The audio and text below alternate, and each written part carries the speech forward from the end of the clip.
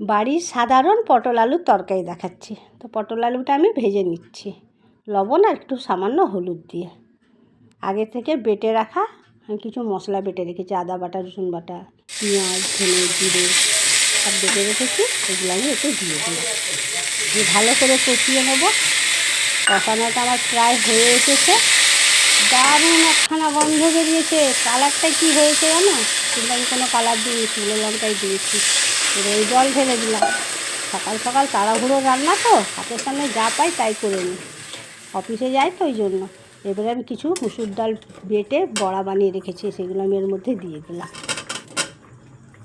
এবার নামাবার আগে আমি একটুখানি বাড়ির গাওয়া ঘি দিয়ে দেবো, যাতে গন্ধটাও ভালো হয়, খেতেও ভালো লাগে। আর শুকনো শুকনো করবো, এটা ভাত বা রুটি দুটো দিয়ে খাওয়া যায়। এবারে আমার হয়ে গেছে, আমি নামিয়ে নিচ্ছি। এই তরকারিটার নামটা কিন্তু তোমরা দেবে, পটল আলুর তরকারিটার নামটা আমি কী দেবো ভেবে পাচ্ছি না। তোমরা কিন্তু আমাকে একটা কমেন্ট করে বলে দিও নামটা কী দেবো। আর তোমরা ভালো যদি লাগে লাইক, শেয়ার, কমেন্ট তো করবেই। সাবস্ক্রাইবটা করে নিও পিসিমণির জন্য। পিসিমণির বাড়ির রান্নাগুলো তোমাদেরকে দেখাতে পারি। আর তোমরা ভালো থেকে সুস্থ থেকো। বাই।